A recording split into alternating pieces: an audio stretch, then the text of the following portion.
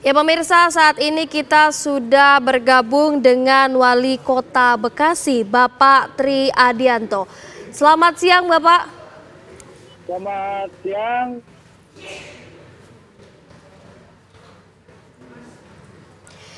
Ya, Bapak mungkin bisa dijelaskan ini lokasi mana saja Pak yang hingga saat ini masih terendam banjir dan masih membutuhkan proses evakuasi, Pak? Ya, jadi kondisi banjir dan genangan air yang terjadi di Kota Bekasi memang ini menjadi puncak dan dari satu proses perjalanan ya dibandingkan dengan 10 tahun yang lalu ya dan juga 5 tahun yang lalu 2020 kemudian juga 1996 dan hari ini baru terjadi bahwa Ahmad Yani pun menjadi lumpuh. Dari 12 kecamatan yang ada, hari ini 7 kecamatan yang kemudian terdampak karena kemudian adanya air kiriman dari Bogor hingga meluapnya Kali Bekasi yang merupakan pertemuan antara Kali Cikeas dan juga Kali Cilengsi. Nah, sehingga air yang kemudian hasil dari hujan lokal itu tidak bisa masuk ke dalam Kali Bekasi, sehingga mereka menyebar ke seluruh wilayah kota yang ada. Dan dampaknya adalah bisa kita lihat ya bagaimana Kali Bekasi ini terhambat dan kemudian melebar banjiri seluruh jalan yang ada di Ahmad Yani dan juga perkantoran yang ada, termasuk di dalamnya adalah perkantoran milik pemerintah Kota Bekasi. Karena pemerintah Kota Bekasi Ahmad Yani ini diapit oleh sungai-sungai yang kemudian juga membuang alirannya ke Kali Bekasi. Dan memang dengan kondisi di mana juga terlihat bahwa pergerakan ya Kali Bekasi ini sangat pelan sekali ya, sehingga air yang dari atas pun belum bisa terkurangi. Jadi oleh karena itu mungkin masih cukup panjang dan lama, sehingga kami bersama Pak Kapolres juga menghimbau kepada pengguna jalan yang memang bukan tujuannya ke Kota Bekasi untuk menghindari Jalan Ahmad Yani. Karena memang terjadi antrian yang cukup panjang dan padat. Ya, Bapak Tri Adianto, Pak, tadi Bapak menjelaskan bahwa tahun ini merupakan puncak banjir dari tahun-tahun sebelumnya. Ini sebenarnya penyebabnya apa, Pak, selain banjir kiriman tadi? Ya, saya kira memang yang lebih utama adalah bagaimana kita merestorasi dari Kali Bekasinya sendiri.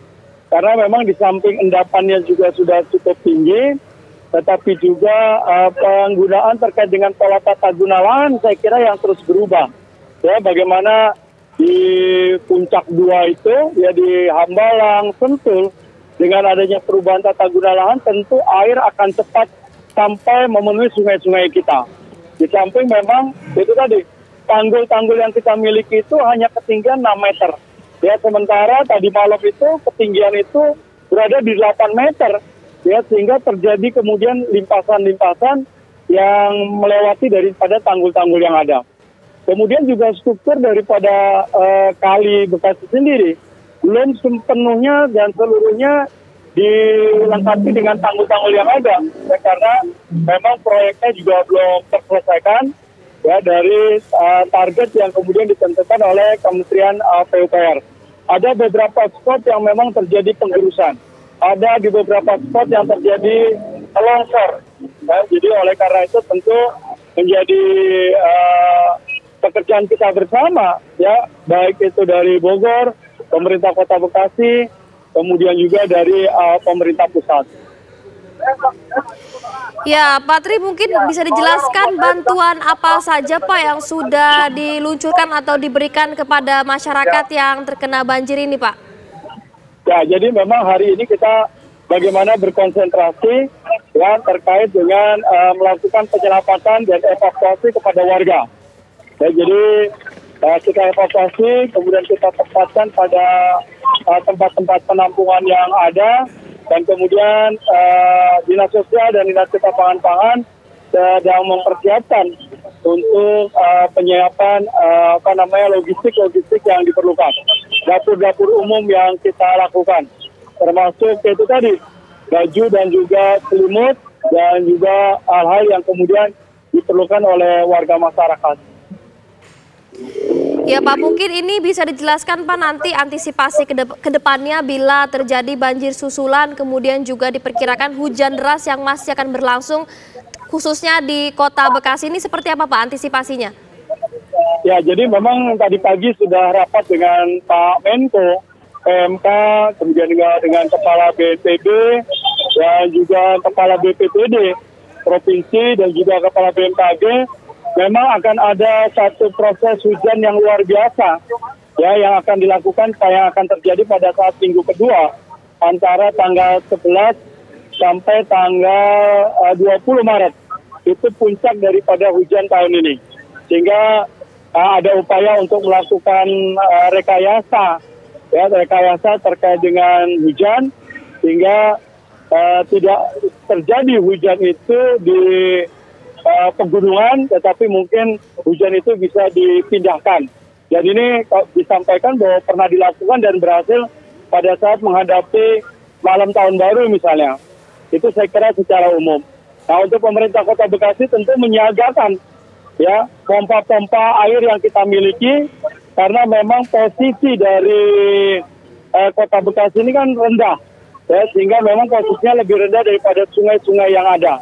Ya, jadi kita siagakan, jumlah pompanya juga kita optimalkan, dan yang lebih utama adalah kita juga melakukan koordinasi dengan BWCC agar pintu air yang ada di Presdo untuk segera juga dilakukan perbaikan. Ya, karena tadi malam itu dari 3 pintu ternyata yang bisa dilakukan melakukan pembukaan itu hanya 2 pintu. Ada 1 pintu yang hari ini juga mengalami kerusakan. Artinya dengan modifikasi cuaca dan penguatan penyedotan tersebut ya Pak untuk antisipasi ke depannya? Betul. Di samping juga harapannya adalah ada satu proses kerjaan pengerukan yang memang baru akan berlangsung di minggu kedua bulan Maret yang akan dilakukan oleh Kementerian PU. Pak Bapak Tri, kami mendapatkan informasi di lapangan bahwa hingga saat ini memang di Bekasi masih ada beberapa titik yang banjirnya lebih dari 1 meter, Pak. Ini apakah pemompaan penyedotan air masih dilangsungkan atau ada hambatan atau seperti apa, Pak? Ya, ini masih terus dilakukan, tetapi tentu tidak bisa maksimal karena memang tempat pembuangannya juga sudah penuh, sudah sejajar dengan tanggul-tanggul yang ada. Ya, jadi memang tetap kita lakukan, tetapi memang hasilnya memang belum optimal. Hambatannya sendiri apa Pak hingga menyebabkan hingga saat ini masih banyak titik yang memang lebih dari 1 meter? Itu seperti apa Pak hambatannya? Mungkin bisa disampaikan. Ya hambatannya karena memang sungainya masih dalam kondisi tinggi dan penuh. Baik. Ya, sehingga air yang kita pompakan pun balik lagi kepada wilayah-wilayah yang tadi sudah dipompa gitu. Baik Pak, mungkin untuk treatment khusus bagi warga lansia ataupun balita apakah sudah disiapkan oleh pemerintah Kota Bekasi Pak? Ya, kami terus berkoordinasi dan saya sudah memerintahkan kepada Dinas Kesehatan, kampus-kampus untuk juga melakukan pendampingan dan memastikan bahwa petugas kesehatan berada di penampungan-penampungan yang ada, termasuk juga obat-obatan yang ada. Ya, termasuk apakah itu penyiapan susu, pampers, dan lain sebagainya.